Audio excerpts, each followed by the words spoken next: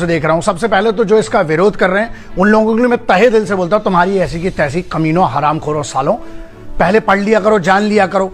किसी ने इतनी मेहनत करी इतने सालों बाद, तो कोई इतिहास एक ऐसा नंगा सज्जो है जो जिसके बारे में बात ही नहीं हुई है ना। सिर्फ कश्मीरी पंडितों के लिए तो यह हुआ कि चुनाव के मुद्दे रहे हैं, लेकिन जब उन परिवार, हाँ इसमें गलत यह है, मैं बताता हूं जो मुझे समझ में आया, वो गलत यह है कि सच नहीं दिखाया गया। क्यों नहीं पता है क्यों सच नहीं दिखाया गया? क्यों?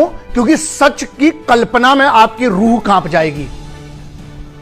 दो बातें हैं, दो इसमें। एक कि सच इसलिए नहीं दिखाया गया कि जिनके परिवारों पर गुजरी है ना, वही 19 जो बेसिकली जो बिगिनिंग में मार्च अप्रैल, जनवरी फरवरी मार्च अप्रैल में जो पूरा नरसंहार हुआ है 1990 में।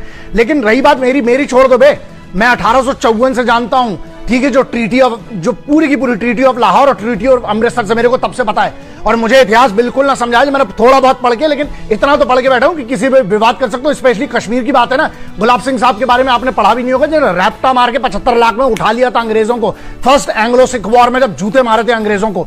तो 1854 से मेरे को पता है बहुत ज्यादा इतिहास। बात यहां है जिनको इतिहास नहीं पता, अबे जिनको ये नहीं पता कि दादा के बाप का नाम क्या था, वो इस पे कमेंट कर रहे हैं, है ना।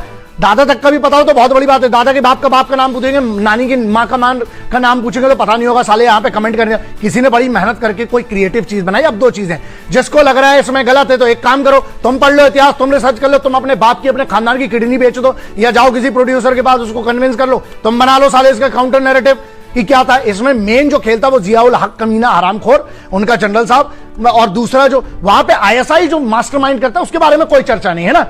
लेकिन एक ये बात भी गलत है कि जो वहां पर जो उस समय के जो 90s में हुआ है जो कश्मीरी पंडितों के साथ, आज आपको यह ध्यान रखना है कि इसके आगे आपके साथ क्या होता है, एक है। और दूसरा, सरकार को इस पर वापस लाकर उनको उनके घरों में बिठाना चाहिए, और जो उनके घरों पे कब्जा करके आज भी बैठे हैं, लात मार के भाव साले हरामखोरों को। तो मैं समर्थन करता हूं और मैं चाहता हूं हर स्कूल कॉलेज और सब में इसका कंपलसरी कर देना चाहिए। और जिसको लगता है गलत है, जाबे कोर्ट चले जाओ ऐसी की तैसी, बट अपनी ऐसी तैसी मत करवाओ। किसी ने मेहनत करके कोई काम किया है उसकी इज्जत करो, सम्मान करो। कलाकारों ने बेहतरीन काम किया, और सुनो, हमें औकात नहीं है किसी के भी कि पैसे देके रिव्यू करवा ले। अगर पैसे देके रिव्यू करना होता, हर हफ्ते की 4 मूवी आती हैं, मेरा वो काम नहीं है बे। इसीलिए मैंने इस पे इंतजार किया, मैंने अपना वक्त लिया, क्योंकि मैंने क्या कहा था, बहुत सारे लोग लिख रहे थे सर आप इस पे रिएक्ट करो, क्यों करे बे, तुम्हारे बाप के नौकर लगे।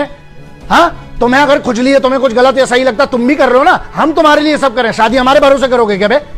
हाँ, तो ऐसा है, खुद की जिम्मेदारी लेना शुरू कर दो। मेरे भरोसे भी मत बैठो, किसी के भरोसे मत बैठो। अगर तुम्हें लगता है कश्मीर में क्या हुआ क्या नहीं हुआ, आधे से ज्यादा इंफॉर्मेशन वहां पर इंटरनेट पे अवेलेबल है, और नहीं है तो थोड़ा कीड़ा लाओ, जाके पढ़ाई करो। हम लोगों ने पढ़ाई की है उसके बारे में, एक मैटर ये करता है। और दूसरा सबसे बड़ा मुद्दा ये है, जो लोग इस पूरे मुद्दे में हर मुसलमान को भी गलत कह रहे हैं, वो भी गलत है। क्यों गलत है? इसका मतलब आप अब्दुल कलाम साहब के बारे में भी गलत कहना चाह रहे हो, आप अब्दुल हमीद साहब के बारे में भी गलत कहना चाह रहे हो। मैं कहता हूं ना हिंदुओं से ना मुसलमानों से इस मुल्क को तकलीफ है, गद्दारों बेईमानों से। अब अच्छा, तो सरकार में जो लोग थे वो किस कम्युनिटी के थे? यहां मुद्दा यह है कि एक सत्ता होती है और उसके बाद कुछ होते हैं। मुझे बहुत गर्व है बे, मुझे बहुत गर्व है सनातनी होने पर, लेकिन उससे बहुत ज्यादा गर्व है मुझे हिंदुस्तानी होने पर। मैं तिरंगा का सम्मान करता हूं, भारत के संविधान का सम्मान करता हूं। और अगर उसके हिसाब से गलत है, अब वो कश्मीरियों के पंडितों के खिलाफ किसी ने भी किया, अगर सरकार के कुछ लोग इन्वॉल्व थे इसमें, क्यों नहीं वो जो उस समय का गवर्नर था उसने अनाउंसमेंट तक नहीं किया था, जब मस्जिदों से अनाउंसमेंट हो रहे थे कि इनको कत्लेआम कर लिए जाएंगे, तब क्या हुआ था? तो उस गवर्नर को क्यों नहीं सजा मिलती है? उसको क्यों नहीं टांगा जाता फांसी पे? हाँ, उस पर क्यों केस नहीं होता? क्यों तब कोर्ट सब क्यों बड़े बड़े जजमेंट रखे रह गए? तो इसलिए पहले आप पढ़िए, इस पर मैं एक डिटेल करूंगा। पहले यार एक बात है ना, कश्मीर समझ लो, है ना, ये मुद्दा अभी का नहीं है। 71 में जो इनके साथ थे सब, तुम्हें तो पता ही नहीं होगा कि पाकिस्तानियों का यूक्रेन ने कब से साथ दिया था। बहुत सारी चीजें हैं इसमें, बहुत सारी चीजें हैं। लेकिन एक बात बस ध्यान रखना कि अपने वतन को ना अंदर से खोखला मत होने दो, मिलके रहो। और हाँ, जिसने गलत किया, कश्मीरी पंडितों के साथ जिसने गलत किया है, आज मैं सरकार से कहता हूं कि आज आप पूरा का पूरा, आपके पास पावर है, आप मेजॉरिटी में हैं, ठीक है। तो मैं ये कहता हूं कि आज भी बहुत कुछ किया जा सकता है, मुझे आशा है सरकार करेगी। और ये आपको सोचना है कि अगर कश्मीरी पंडितों की आज भी सेम स्थिति है तो अभी भी कट रही है क्या, और अगर आज बेहतर है तो आपको इस चीज का कैसे हक अदा करना है वो आप सब समझदार लोग हैं। जय हिंद, वंदे मातरम, इंकलाब जिंदाबाद, भारत माता की जय।